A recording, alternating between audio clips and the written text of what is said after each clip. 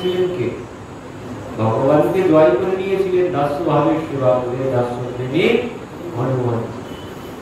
হনুমানজি এমনই সেবক, মানে কি সেবকও যদি এমন হয়, বাড়ির কাজের লোক যদি সে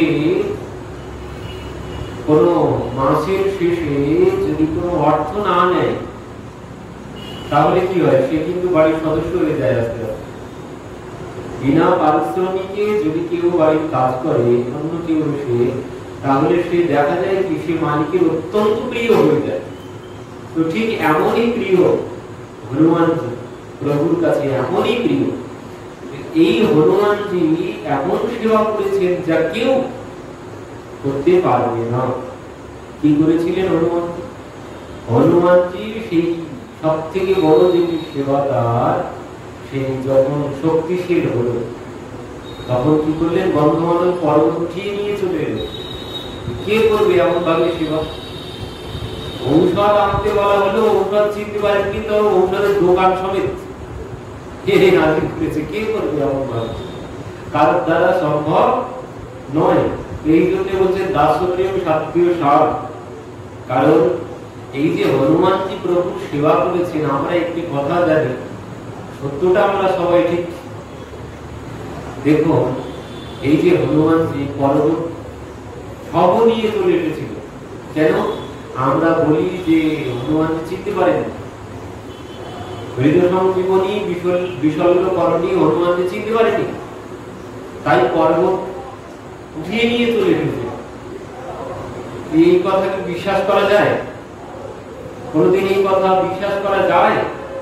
দেখুন সেই হনুমান চল্লিশা, যেখানে জয় হনুমান জ্ঞান গুণ সাগর প্রথমেই বলা হচ্ছে, তিনি জ্ঞানের গুণের সাগর। যিনি জ্ঞানের গুণের সাগর, জ্ঞানী নাম অগ্রগণ্য। তো যিনি জ্ঞানের গুণের সাগর, তার কাছে একটুখানি পুণ্যি তাকে কি করে জ্ঞানগুলো সাগর বলা যায়? সামান্য একটুখানি আয়ুর্বেদের জ্ঞান নেই, কোনটি বিশল্যকরণী, কোনটি হৃদয় সংজীবনী যিনি চেনেন না, তাকে কি করে জ্ঞানের গুণের সাগর বলা যায়? বলা যায়? বলা যায় না। যদি এইটুকু জ্ঞান যার মধ্যে নেই, তাকে কোনোদিন জ্ঞানের গুণের সাগর বলা যেতে পারে না। সব বিষয়ে যার মধ্যে পাণ্ডিত্য থাকবে তাকে বলা যাবে জ্ঞানের গুণের সাগর। মানে সমস্ত গুণ তার মধ্যে আছে, সমস্ত জ্ঞান তার মধ্যে আছে, আর এইটুকু জ্ঞান নেই। এ কি সম্ভব? কোনোদিন এ কোনোদিন সম্ভব নয়। তাহলে তিনি কি জন্য নিয়ে এলেন? পরবর্তী তিনি কি জন্য উঠিয়ে নিয়ে এলেন? আমরা এটাই শুনে বড় হয়েছি যে তিনি চিনতে পারেননি তাই উঠিয়ে নিয়ে চলে এসেছেন। এটি সত্য নয়। তাই কোনোদিন হয়? হনুমান যে চিনতে পারবেন না এটা বলে দিলাম তার হয়ে গেল, কোনোদিন সম্ভব নয়। তিনি ঠিকই চিনতে পেরেছেন। তিনি চিনতে পেরেও পর্বত উঠিয়ে নিয়ে এসেছেন। কেন? কারণ যখন সেখানে হনুমানজি গিয়েছেন, ওই দেখবেন পর্বতেরও কিন্তু প্রাণ আছে, পাথরের মধ্যেও প্রাণ আছে। পর্বত কিন্তু বড় হয়, পাথরেরও প্রাণ আছে, বৃক্ষদের মধ্যেও প্রাণ আছে।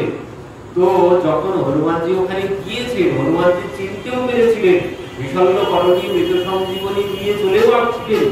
কিন্তু আসার সময় কি হলো? ওইখানে যত বৃক্ষ ছিল সবাই বলে উঠেছে, আমরা সবাই যেতে চাই, প্রভুকে দর্শন করতে চাই। এই সুযোগ থেকে আমাদের বঞ্চিত করবেন না। যদি আমরা কোনো সেবায় লাগতে পারি, তো এই জন্য আপনি আমাদেরকে কৃপা করে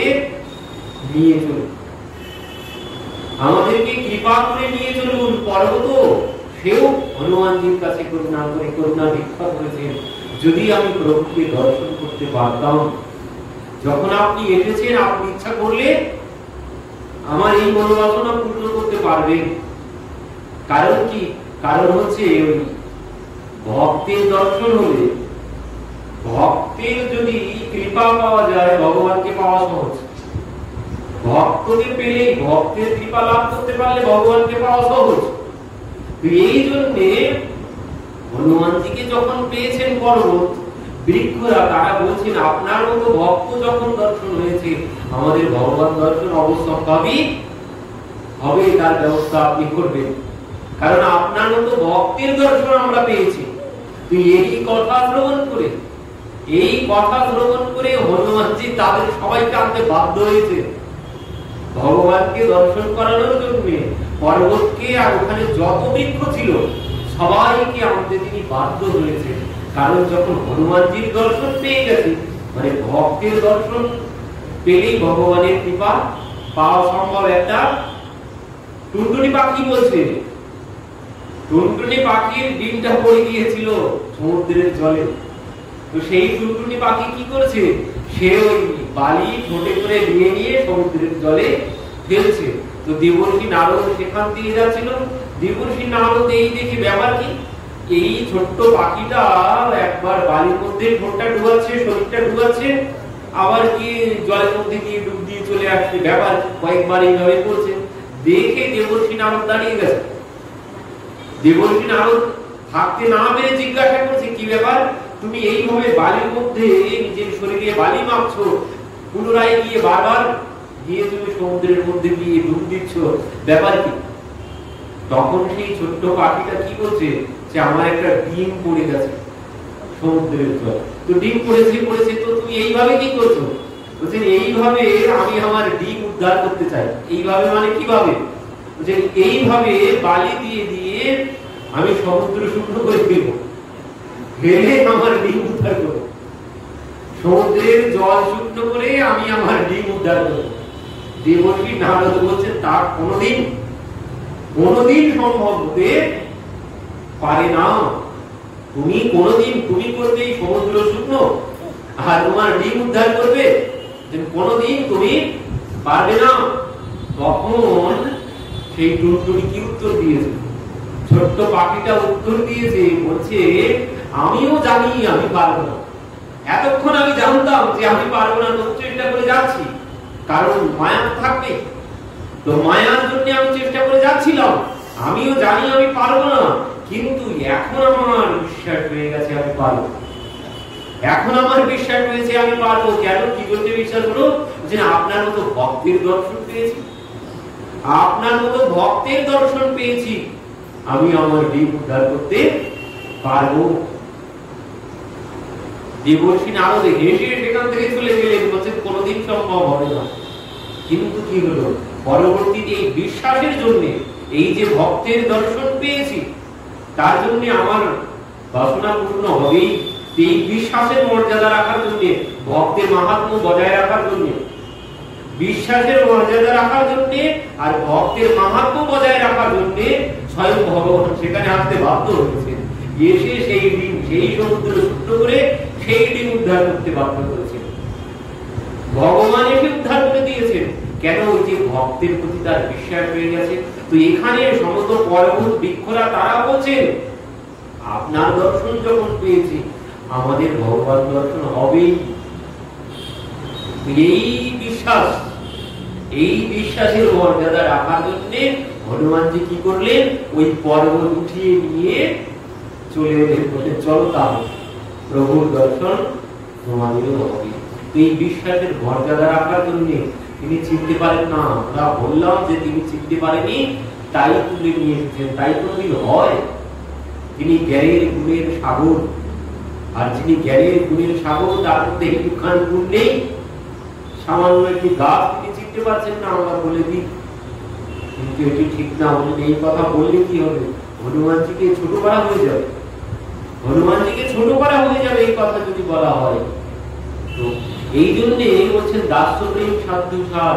আরেকটি কারণ কিসের জন্য বললেন, ওই আমরা কতদিন শ্রবণ করছিলাম দুর্বাসা ঋষি দাসের গুণগান করেছেন, বলছেন কি জন্যাম শ্রুতিমাত্রেণ উপবান ভবতি নির্মলঃ, যার নাম উচ্চারণ করার সাথে সাথে সব পবিত্র হয়ে যায়, অপবিত্র পবিত্র বা সর্বহস্তান বিবাদ ইয়স্মরিত পুণ্ডরিকাক্ষম সবাইয়ন্তর সূচি।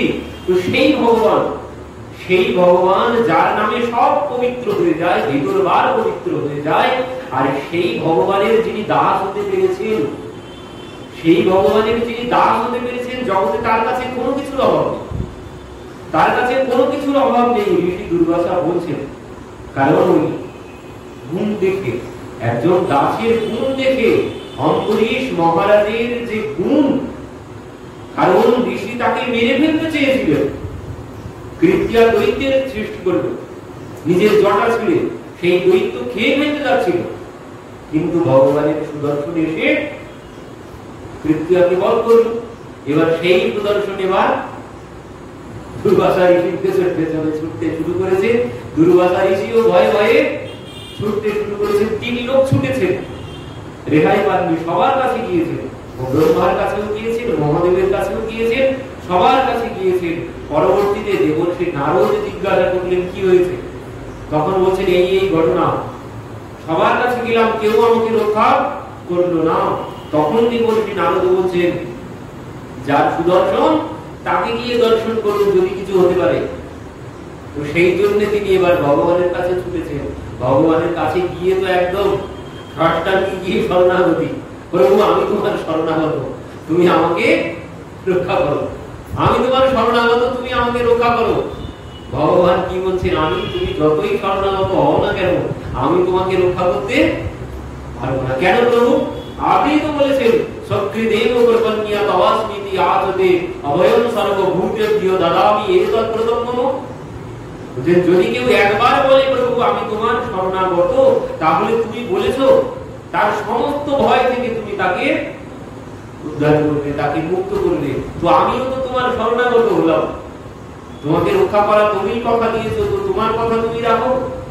ভগবান বলছেন আমার কথা আমি রাখতে পারবো না। কেন? তুমি যে আমার শরণাগত হয়েছো, কিভাবে শরণাগত হয়েছো? এমনি এমনি শরণাগত হও, এমনি এমনি শরণাগত খেলায় পড়ে এসে তাই শরণাগত হয়েছো। তুমি কি করেছো? তুমি আমার ভক্তের চরণে অপরাধ করে এসেছো।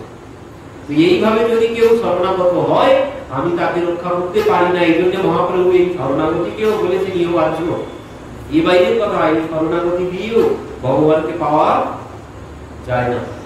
শরণাগত হলেও ভগবানকে পাওয়া যাবে না। কারণ এই ঋষি দুর্বাসা শরণাগত হয়েছে, কিন্তু ভগবান বললেন আমি পারবো না। কেন? কারণ অহং ভক্ত পরাধীন, আমি ভক্তির পরাধীন, আমি কোনো কিছু করতে পারবো না। তো তুমি যার কাছে অপরাধ করেছো তার কাছে চলে যাও। এবার ফিরে এসেছেন, ফিরে এসে কি দেখছেন? অবাক হয়ে গেছেন। 1 বছর ধরে রাজা দাঁড়িয়ে আছে, অম্বরীশ মহারাজ 1 বছর ধরে সেই চরণামৃত হাতে নিয়ে দাঁড়িয়ে আছে। একাদশী পালন করা হয়নি, 1 বছর ধরে দাঁড়িয়ে আছে। এই জন্য তো দুর্বাসা ঋষির মাথা ঘুরে গেছে, কি করে সম্ভব? 1 বছর ধরে চরণামৃত হাতে নিয়ে দাঁড়িয়ে আছে। এই জন্য বলছেন একজন ভক্তের কাছে কোনো কিছু অসম্ভব নয়।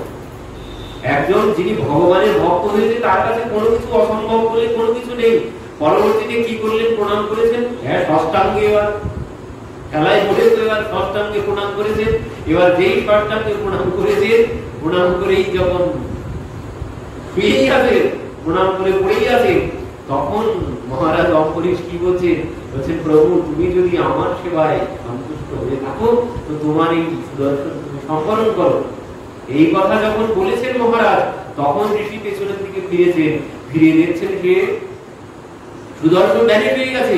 এই দেখেই উঠে দাঁড়িয়েছে, এই দেখে উঠে দাঁড়িয়েছে, উঠে দাঁড়িয়ে বলছেন আজ আমি বুঝলাম যে একজন ভক্তের মাহাত্ম্য কতখানি। বলছেন অহো অনন্ত দাসানাম মহত্যম দৃষ্টমধ্যমে, বলছেন আমি মাহাত্ম্য দর্শন করলাম যে একজন ভক্তের মাহাত্ম্য কতখানি হতে পারে, একজন ভক্তের গুণ কতখানি হতে পারে। কারণ আমি যাকে মেরে ফেলতে চেয়েছিলাম সেই আমার প্রাণ রক্ষা করল।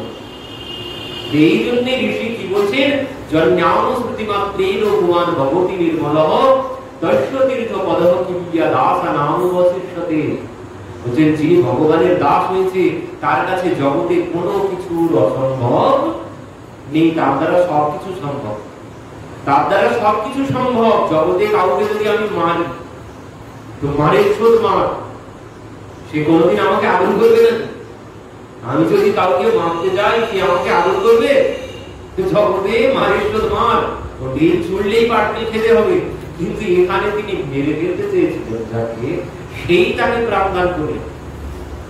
এই জন্য ঋষি দুর্বাসা এই কথা বলেছেন, একজন ভক্তের গুণের কথা বলে শেষ করা সম্ভব নয়, মানে তার দ্বারা সবকিছু সম্ভব। একজন ভক্ত পারে না এমন কোনো কিছু জগতে নেই। এই জন্য বলছেন রামানন্দ আচার্যজি দাস্য প্রেম সাধ্য সার আরেকটি কারণে বলেছিলেন যে জীবের স্বরূপই তো নিত্য কৃষ্ণ দাস। এই জন্য বলছেন যে জীব যখন তার দাস, তো জীবের কর্তব্য ভগবানের সেবা করা। কি বলছেন যে এক কৃষ্ণ সর্বসেব্য জগৎ ঈশ্বর, একমাত্র ভগবান শ্রীকৃষ্ণই হচ্ছেন সর্বসেব্য জগৎ ঈশ্বর, আর দ্বিতীয় কোন ঈশ্বর নেই। এই জন্য পরিষ্কার করে বলে দিয়েছে চারিদিকে এই ভগবান ওই ভগবান, ভগবানের তো শেষ নেই, কলিযুগে ভগবানের শেষ নেই। এই জন্য বলে দিয়েছেন এখানে ভালো করে যে এক কৃষ্ণ সর্বসেব্য, একজনই হচ্ছেন ভগবান, তিনি হচ্ছেন ভগবান শ্রীকৃষ্ণ। আর সবাই কি আর যত সব তাহার সেবক অনুচর, সবাই তার সেবক বা তার অনুচর ছাড়া আর অন্য কোনো কিছু নেই, একজনই সেবক, সে হচ্ছে ভগবান কৃষ্ণ। এই জন্য বলছেন দাস্য প্রেম সাধ্য সার। তো মহাপ্রভু কি বললেন যে ইগো হয় আগে কহ। আর কেন এখানেও মহাপ্রভুর মন ভরেনি, কেন ভরেনি বলছেন কিন্তু দাস্য প্রেমে সম্পূর্ণরূপে সেবা করা যায়। একজন দাস সম্পূর্ণরূপে সেবা করতে পারে না, অনেক বিধি নিষেধ আছে। আজ্ঞা না করলে দাস কোনদিন সেবা করতে পারবে না। সম্পূর্ণরূপে সেবা সুখ একজন দাস দিতে পারে না।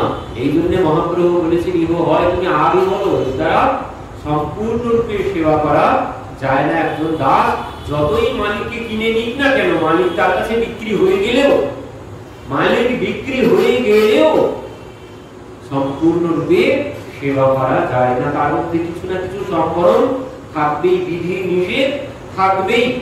এই জন্য